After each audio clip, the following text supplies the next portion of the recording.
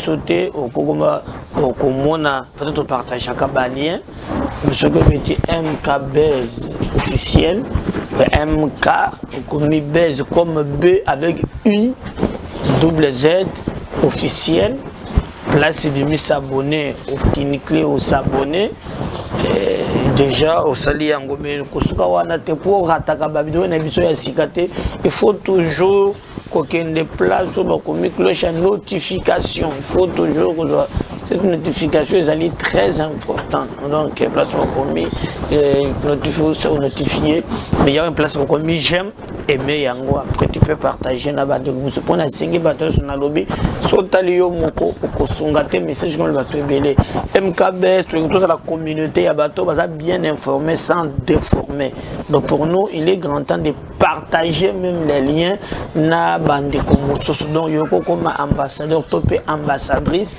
na biso eza ne faut pas jamais côté la vidéo yo moko donc ça ne nous permet pas que tout avancer. Retenez aussi que donc le bela nabino ba actualité oyo ezali ko dominer mboka nabiso.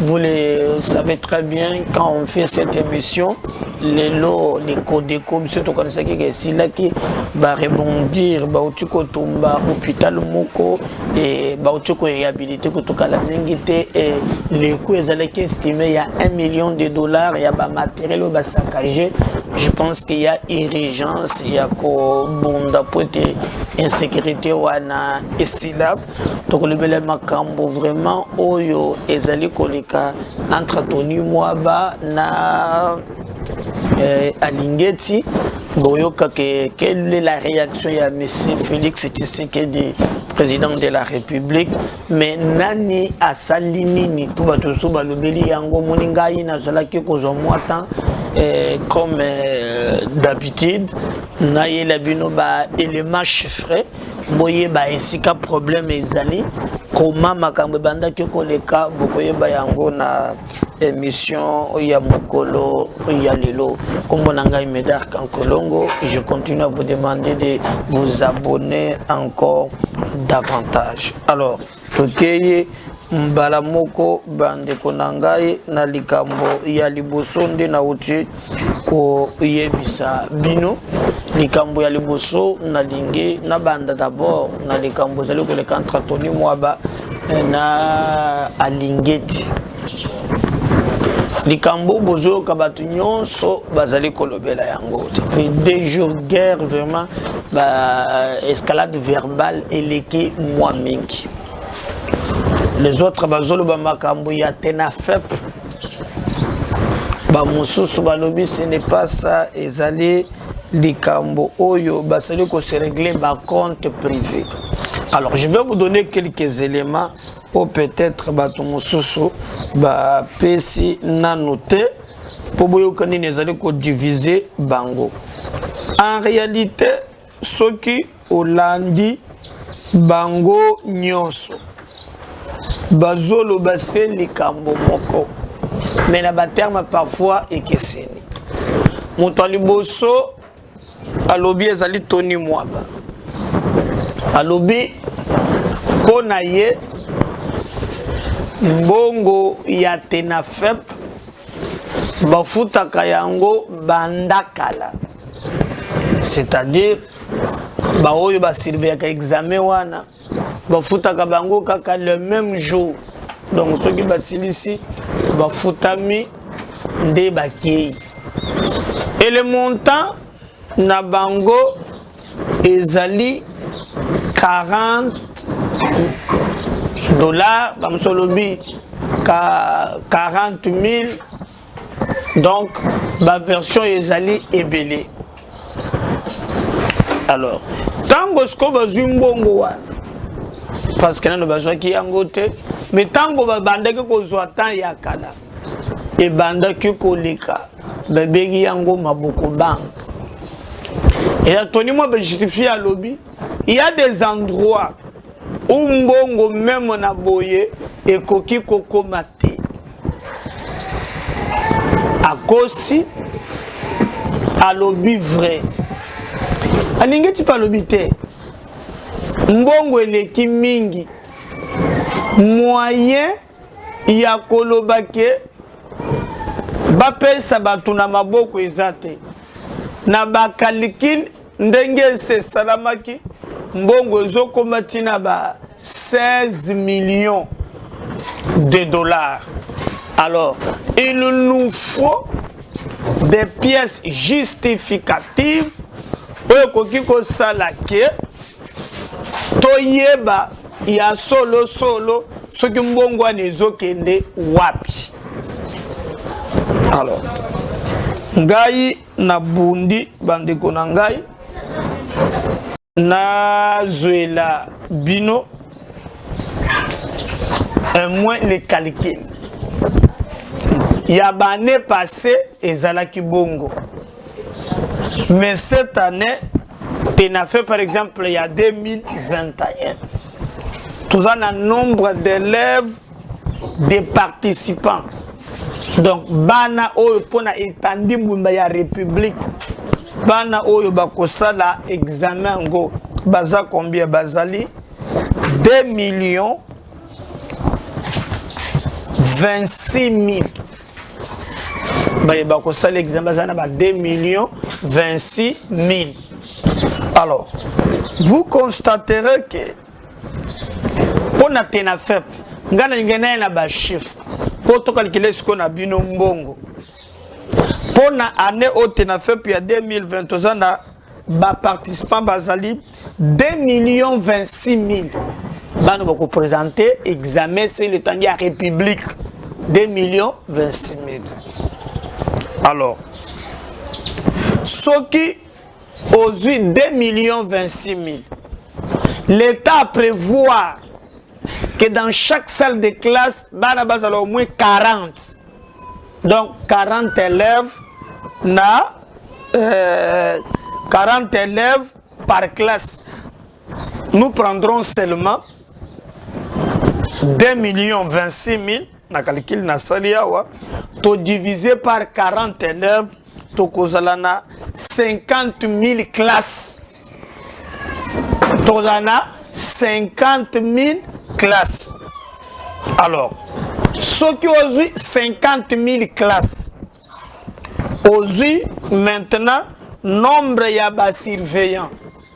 Parce que l'État prévoit que nous, na salumoko mingi ezalaka au moins 6.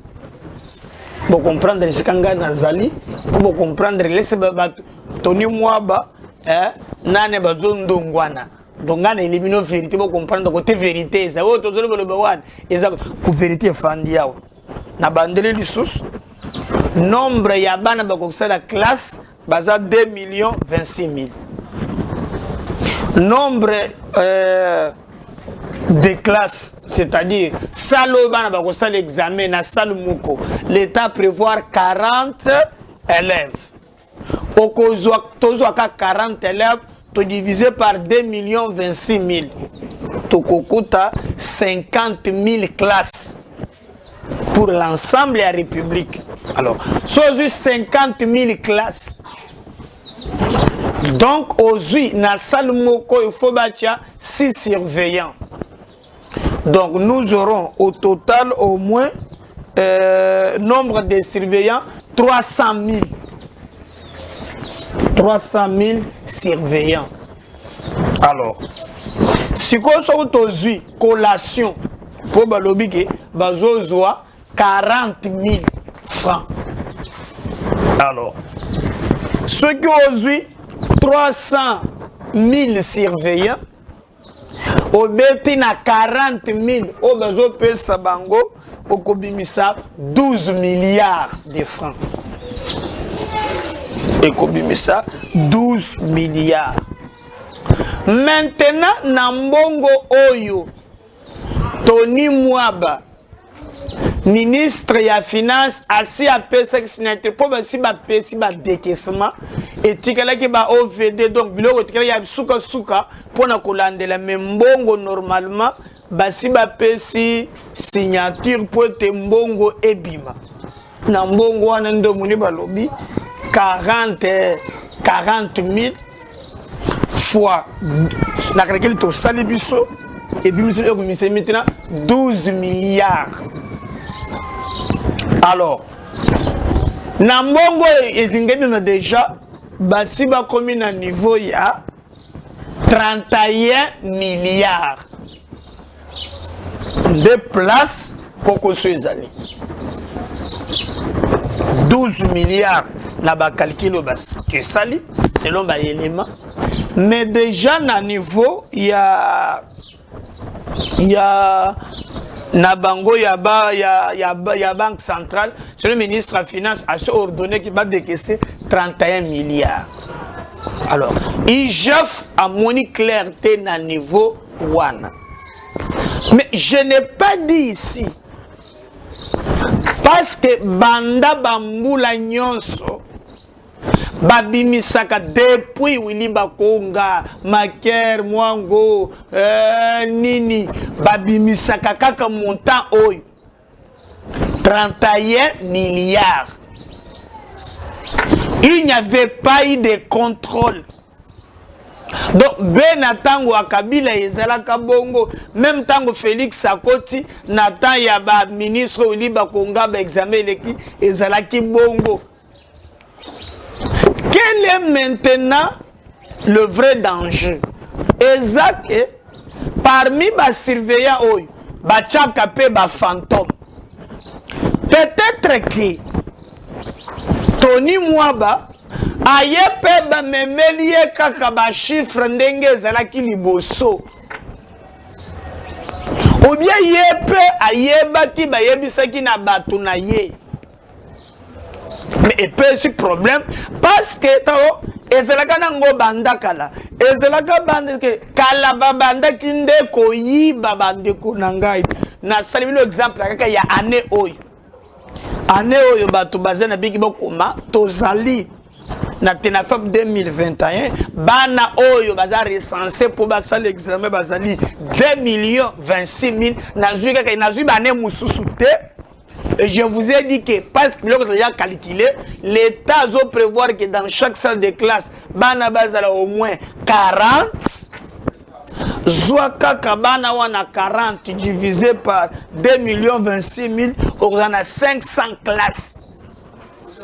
Au cause de 500 classes, on a prévu que bateau de la na 6 surveillants. Alors si tu prends Bango au nombre de surveillants, au Koko Manaba 300 000, parce que 300 000 au 6 surveillants par salle. On comprend? 500 classes pour 6, au Kozo 2 fois 6, 500 000, on à 300 000. Alors, collation, il y a enseignant l'État prévoir, prime de ponctuel, ils allaient vraiment, 40 000. Tu prends 300 000 surveillants, au BT, 40 000, on a 12 milliards. Ça, c'est calcul. Mais oh, sur quoi le bibi, balobi 31 milliards. Mais Tony Alobi, ezalakanango bandakala. Alors, le vrai problème, est-ce que ndenge ezalaka la bayibaka? Et sengeli kotika kaka bayibaka yango mikolo nyonso, tope sengela ki quand même que to stopper yango. Le vrai problème est à ce niveau-là. Nous avons qui vraiment bimaki, hein, na ba déclaration vraiment ya kanda et d'ailleurs et pesi bien te en tout cas pour na ba image même il y a IGF na ba makambo mususu. Pour les informations notre position c'est que même le président de la République. Maintenant, en communication, il y a ministre, au lieu de s'adresser même parce que le ministre, chef direct, est le président de la République. Alors, le chef direct est le premier ministre. Alors, s'il y a Likambo Yandengewana, je crois que il pouvait dire qu'il devrait Kotindango directement et pas il y a premier ministre qui est non, je vais écrire au président. alingo telesegino yepe soki lingeti yo osololaka na président na kuzu omonaka kaka yo moko yebake nga moko mpe na pe prêtre soloka mpe na président nga mpe nakoyebisa mpe président. Et d'ailleurs on n'annonce pas le nom du président na ba média na ba sortie sous forme moko kopesa mabe. Peut-être mbongo po mbongo na ekoteki na maboko ya Tony Mwabate. Mbongo basi ba dekesaki yango etikaka ba formalité oyebimaka basala kandenge basala ka mikolo nyonso. Donc eza routine, mais dans ces routines là moyibi ezala ki na kati. Des fois nous utilisons certains opérateurs pour la paix des enseignants comme Caritas, mais Caritas pose aussi beaucoup de problèmes. L'accès est difficile. Pour une petite prime de 30-40 000 francs, on doit mettre ça à la banque. Pourquoi? Et puis ces épreuves-là, je dois l'avouer, ça touche également au social. Tous ceux qui surveillent là, ils se retrouvent un soir avec 30 000, 40, 70 000 francs. Ce n'est pas 500 $ comme on l'a annoncé par les médias de la haine. 70 000, 40 000, 30 000. Mais quelqu'un peut prendre sa bière. Il peut s'acheter un poulet et manger. Ça touche également au social. J'ai dit, comme ça s'est toujours fait dans les années antérieures, cet argent-là sera donné à la main. Alinguetti me dit il faut donner ça dans les banques. Même si vous envoyez cet argent dans les comptes des IPP, dans les 58 provinces éducationnelles. Mais les banques ont des instructions, il y a des plafonds. Vous ne pouvez pas sortir une somme au-delà, par exemple, de 10 000 $. Comment vous allez servir tous les intervenants? Et puis c'est une prime ponctuelle. Celui qui a surveillé dans cette édition ne surveillera pas nécessairement l'édition qui suit. Alors on ne doit pas ouvrir un compte pour ça. Pour avoir dit ça à Gilles Alinguetti, il a considéré ça comme une tentative de détournement. Comment je peux détourner 16 millions de dollars ou 31 milliards de francs destinés à la prime des intervenants? D'ailleurs, si vous ne le savez pas, le ministre des Finances a autorisé le paiement de cette somme-là, mais on n'a pas encore eu ce qu'on appelle l'OPI, qui nous permet d'aller à la banque. Cet argent n'est même pas encore disponible. Je suis avocat, professeur de droit. Le détournement suppose que vous êtes déjà entré en possession de cette somme et vous la faites affecter à autre chose. La tentative voudrait dire aussi que vous êtes déjà entré en possession de cet argent, vous voulez l'affecter à autre chose et on vous a arrêté. C'est ça. Mais si Alinguetti, le fait de proposer que ça aille dans les comptes en banque devient une tentative de détournement, je considère ça comme un dossier, de la vengeance. En fait, c'est ça. Ils ont routine, mais la routine, on a mouillé, ils ont qui na kati. Mais il était grand temps. Il y a batuba lukabaye lo lenge nini bakokaki kobongisa makambo na ndenge longobani. Biso tokotala. Maintenant vous comprendrez que les informations de possession, le président de la République très mécontent a sorti na bango, surtout Oyo ministre Nabiso Abimi, très mécontent parce que il y avait des canaux officiels au que régler différents. Yango on a qui batiaki même photo au batiaki ye Kabuya na Alinguetti. Atumsu balobaki bakenda ki po ba trancher likambouane. Bakenda po ba trancher likambouane. Non, ils ont une photo anate, ils ont une photo yakala et puis mais ce qui n'dengenin.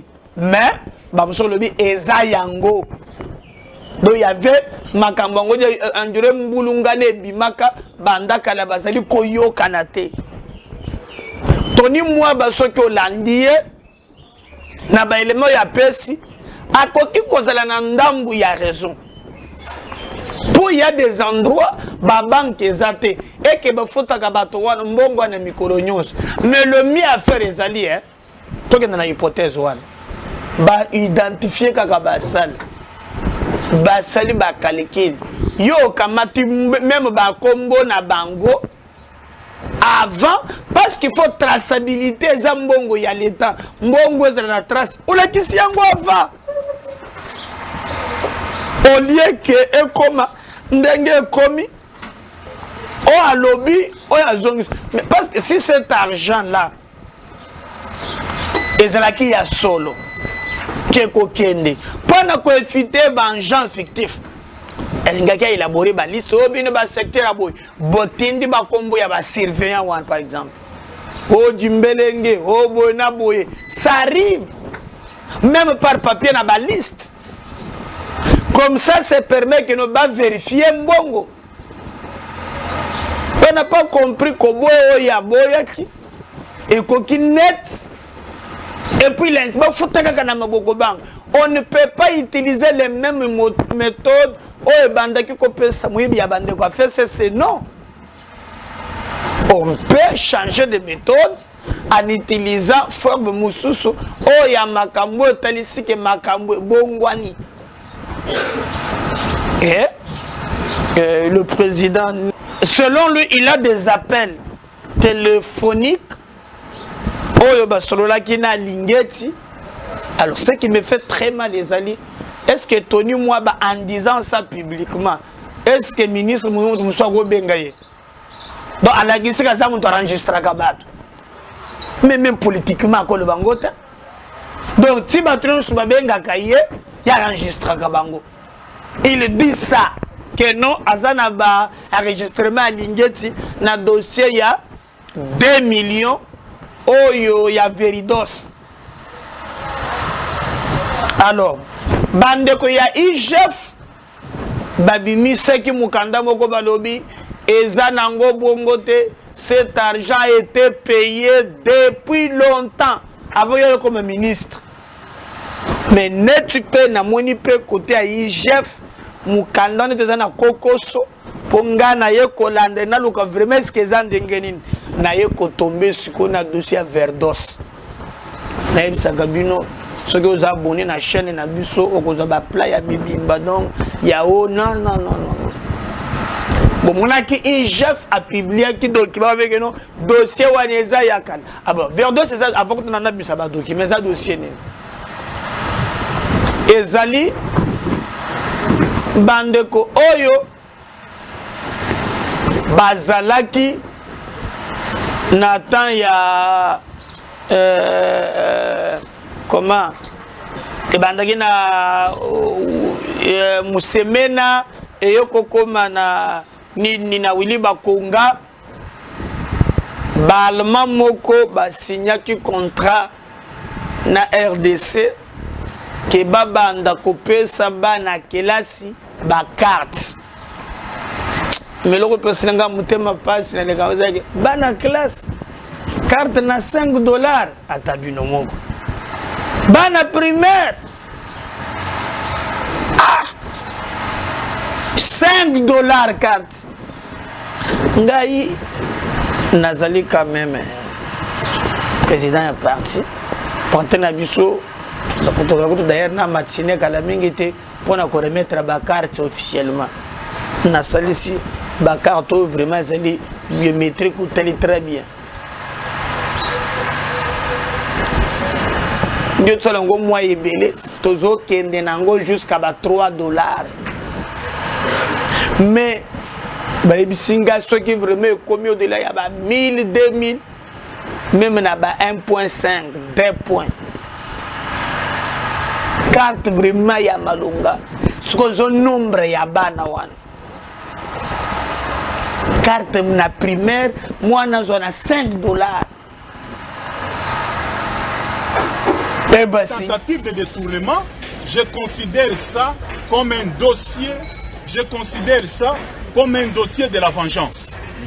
Je précise que c'est un dossier de la vengeance parce que entre Alingeti et le ministre de l'EPST, c'est le ministre de l'EPST qui traque les détourneurs. Pour preuve, 3 jours quand je suis arrivé à la tête de ce ministère, j'ai intercepté un paiement de 2 millions d'euros qui a quitté la Banque centrale pour les comptes de Veridos que Alingeti connaît. Pourquoi cet argent? Parce que Veridos voudrait donner aux élèves du primaire des cartes biométriques et les exiger le paiement de 5 € chaque élève. Je lui ai dit au niveau primaire, c'est la gratuité totale et la gratuité est non négociable. Ce contrat ne passera pas. Il m'a appelé pour dire que ce sont ses amis et j'ai les preuves des appels. Il doit faire attention, je suis avocat. Voilà. Mon honneur ne sera pas sapé dans ces conditions-là. J'ai refusé et j'ai fait une correspondance. J'ai adressé à la Robank pour dire vous ne payez pas cet argent, ça doit retourner dans le trésor public. Et j'ai la lettre. Il m'a appelé pour dire pourquoi vous avez écrit. J'ai dit, monsieur, vous ne pouvez pas diriger à la place du ministre de l'EPST. J'ai refusé et cette somme est retournée à la banque. Tous les Congolais qui étaient derrière le dossier Veridos se sont maintenant ligués contre moi et ils ont trouvé l'occasion de passer par Alinguetti pour chercher à me salir. Mais c'est en vain, le dossier est une affaire telle que présentée par Alinguetti, soi-disant détournement d'une somme imaginaire qui n'est même pas encore disponible, je considère ça comme le dossier de la vengeance. J'appelle Alinguetti à bien servir la République, à bien servir le chef de l'État. Ce qui commence à faire est spectaculaire, il ne doit pas accepter que les gens l'utilisent pour régler des comptes aux gens. Je considère ça et moi je ferai personnellement aussi des rapports au président de la République et je considère que je suis victime du redressement que je suis en train de faire dans ce sous-secteur et dans la pérennisation de la gratuité de l'enseignement tant que j'ai le pouvoir. Regardez de la gratuité. Le président de la République. Contrat. Semaine pe bazaka na bomu ya wati. Mboka na biso za makambo sala mak okondi matin. Okondi matin. Et quand ce dossier est venu, on nous parle d'un dossier qui va nous prendre on parle de 2 millions d'euros. Alors, selon Tony Mwaba Lobby, derrière ce dossier-là, Alinguetti Azali. Gilles Azali, Alinguetti. Alors, si vous regardez très bien, Alinguetti va publier un document qui va lobby Ezali Kuta, Mbongo wana isi futama bandakala. Alors, tango na luki, na ye komona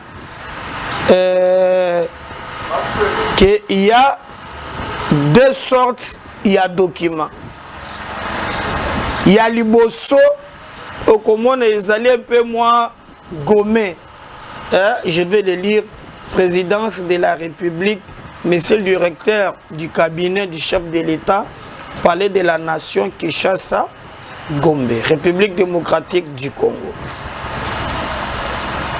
Papa transmis pour copie et pour information à son Excellence Monsieur le Président de la République du Congo avec les hommages les plus différents. Son Excellence Monsieur le Premier ministre, chef du gouvernement, avec l'expression de ma très haute considération. Son Excellence Madame la ministre d'État, ministre de la Justice. Son Excellence Monsieur le ministre d'État, ministre du Budget, ministre de l'EPST. Son Excellence Monsieur le ministre des Finances. Son Excellence Madame vice-ministre de l'EPST. Son Excellence Monsieur l'ambassadeur de la République fédérale d'Allemagne.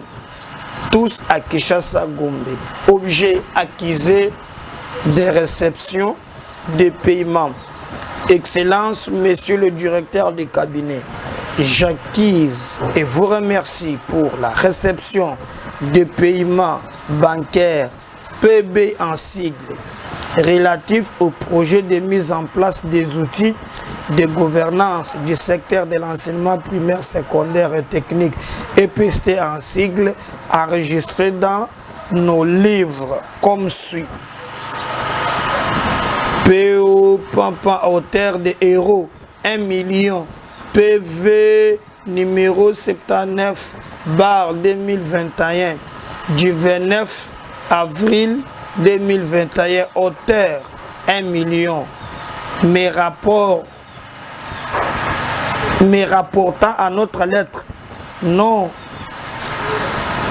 référencée du 5 juillet 2018 adressé à son temps son Excellence, Monsieur le ministre des Finances, qui me lit en copie et dont les copies en annexe et que je salue. Je vous prie de nous fixer sur la modalité pratique de son émission. Veuillez agréer, Excellence, Monsieur le directeur du cabinet, l'expression de notre haute considération. Thomas Visa, président Sal Africa, Veridos, signé. Wana eza lettre oyo balakisi balobi que non, en tout cas mbongo et futamaki. Maintenant, Tony Mwa balobi, il avait bloqué cet argent. Naza Sukoyo na lettre moussous oyo maintenant eza gomete oyo lakisaki ke mbongo wana ezalaki bloqué ezongaki na Rao Bank. Nazali awa na Rao Bank. Transmis pour copie à son Excellence Monsieur le Président de la République, chef de l'État, à son Excellence Monsieur le Premier ministre, hôtel du gouvernement, son Excellence Monsieur le ministre d'État, ministre du budget, son Excellence Madame la vice-ministre de l'enseignement primaire, secondaire et technique, Monsieur l'ambassadeur de l'Allemagne, près de la République, tout ça, Monsieur l'inspecteur général des finances, chef des services, Monsieur le gouverneur de la Banque centrale, Monsieur le directeur général de la DGSMP, Madame le secrétaire permanent de la DGSMP, Monsieur le secrétaire général de l'enseignement primaire, secondaire et technique, Monsieur le sous-gestionnaire de crédit, secrétariat général EPST, Madame le sous-gestionnaire de crédit, cabinet UNESCO, inspection générale, Madame le directeur des services, CERNI, tous à Kinshasa Gombe, en tête ezali Rao Bank. Monsieur Andreas Pochnor, directeur général de Veridos, organisé 91 10 96 98 Berlin, République fédérale d'Allemagne, ministre de l'enseignement primaire, secondaire, technique, Kinshasa, Gombe. Numéro référence, c'est allé DG CKM bar GW bar HS numéro 622. À l'intention de son Excellence, Monsieur Tony Mwaba Kaza, du ministre de l'enseignement primaire, secondaire et technique, concerne accusé de réception. Nous avons l'honneur d'accuser réception de votre lettre mieux référence en marge dont nous sommes ampliataires, par laquelle vous faites opposition auprès du ministère des Finances au paiement par la Rao Bank la somme de 2 millions d'euros en faveur de la société Veridos. Y faisant suite, nous vous rassurons que nos services sont à votre entière disposition et prêts à collaborer sur toute démarche de nature à permettre l'aboutissement et dans cette affaire. Nous vous prions de croire, Excellence, l'assurance de notre parfaite considération. Alors, Rabank a commis Mukanda au Ezali et pesté le 18 mai 2021 à s'opposer. Mais awa, ce qui totali,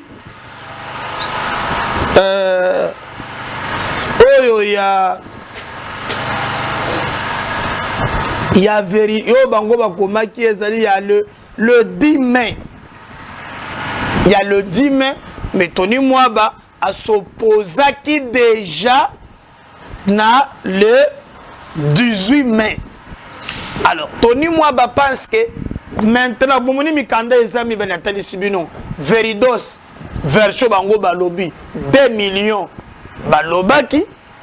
Na de l'autre côté, Zaki ba bloqué peut-être et ça les maté.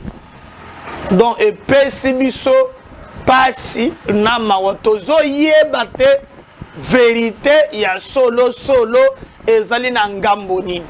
Mais le deux lettres bomoni yango toni moi balobi ke problème nyonso ezali na niveau 1. Alors qui dit vrai biso tozotala ndenge bakomi kondongwana, mais retenez que le vrai problème est maintenant on gagne quoi? Parce que ce qui botali même bazolinga ko bebisa na basorti wana image ya IGF. Moi je pense que bande konangai IGF azana ba raté na ye. Surtout na sina lobby mingi que atika ko sala ba déclaration. Mais IGF est très important dans le moment où nous traversons la mboka na biso oyo ba politicien bazalaka toujours na makoki ya kolinga koyiba mbongo ya l'état. Musala oyo IGF azo sala izali musala ko encourager. Je pense que bato basi ba mesani na ba système ba maboko bank ko bemisaka mbongo ya l'état sans que ko justifier yango. Alors makambo alingeti azo sala ekoki kaka ko énerver bato ebele. Certes na wa alingeti azo sala barete eza pe na kati. Mais tomeka kobongisa là où il y a des ratés en donnant des conseils, mais nous devons encourager l'IGF à continuer na contrôle. Beaucoup moins que mbongo et kobanda kobunga le susu pamba te. Parce que soki tokei na bras de fer na bango tokozonga lisusu sima bande konangai na tango ya Kabila on nous a dit que dans ce pays bato bande ki kozo 15 milliards oyo bande kotana mabenga ya bato. Et vous avez même dit avec l'IGF que na ba régie financière on est allé même à faire le 200% à recette. C'est que ces pays ils ont un moyen, mais moyen la corruption, ils ont le mode de gestion. Moi je demanderai à un ministre qu'ils ont mal à monter. Au côté qu'on a la raison, quand confirmer que vous êtes, mais au côté de la pratique yakala, yon dit maintenant que on se soumettre à la pratique yasika. Mboko na maboko banque ezalaka malamu te ekopesa toujours kokoso et donnons image ya malam que tozali ba homme d'état bato oyo bako salela l'état musala na boanya. Alors le président de la République doit trancher sur cette affaire et comme il kopesa solo eza malamu te. Et pourquoi toujours les politiciens bango babimaka. Et aussi je demande même bande ko na biso ba communiquer. Oyebi IGF bato mingi bazali ko lié ba miyibi o ancien régime bazali ko lié na ba parti politique. Donc moi nazana boye. Alors c'est que Tony a fait. Mais on a écouté une petite vidéo musus. Bon comment bato bazo confirmer ba déclaration musus. Je pense que les parlementaires debout bazo lié yango ba komiko et comme ça na toile ezo baluka oh aza mwana ndako Tony mwa ba mwana ndako te oyebi oyo ba warrior bango wana na Tony mwa budi de asandi wansambi merci il te passe vivre makambo etali IGF wana eza makambo ya ndako makambo ya fa tokokota biloko wana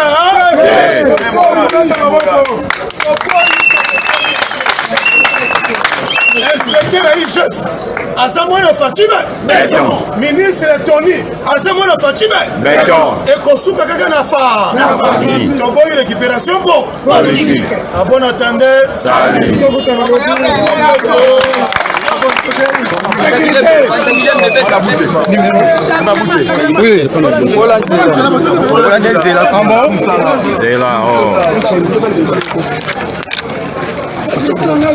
c'est la IGF, c'est la République qui mérite nos encouragements. Peut-être que Batoumoussou Bazo c'est là. mais nous, à notre niveau, nous devons encourager les chefs. Mais qu'on peut un conseil. Il faut qu'on cesse mbongo elingaka makelele te ato lingo kanga muyibi ozobe la kokima. Il faut qu'on kende malembe mais bazuzi pe basala musala na yango parce que procureur à la recherche à infraction mais il y a d'autres éléments tango batu bazo pesa au moni procureur azo bouger te et ali malamuté parce que c'est la justice au moins qui peut nous éclairer. Au moins IGF à sa conclusion ne kambo ya été ni longondo qui n'en parle pas. On venait même encore de parler dans le ministère de la formation professionnelle. Toujours même français, tentative de détournement. Donc il y a des choses où nous devons nous mettre d'accord. Il y a des choses où le Sengeli, pendant un certain niveau, tous à la collaboration, tous yebani nezali koleka. Biso tokozalawana. Pour nous comprendre quoi informer, mais ne peut attendre réel. Parce que Dieu nous a donné ce pays. Nous abanda kosala ba manœuvre dilatoire non c'est notre pays. Mais bandoko ba kosala confusion donc communication politique et la PR. Et ça PR beaucoup commenté banda kosala ba déclaration ekoliya bino et ça PR.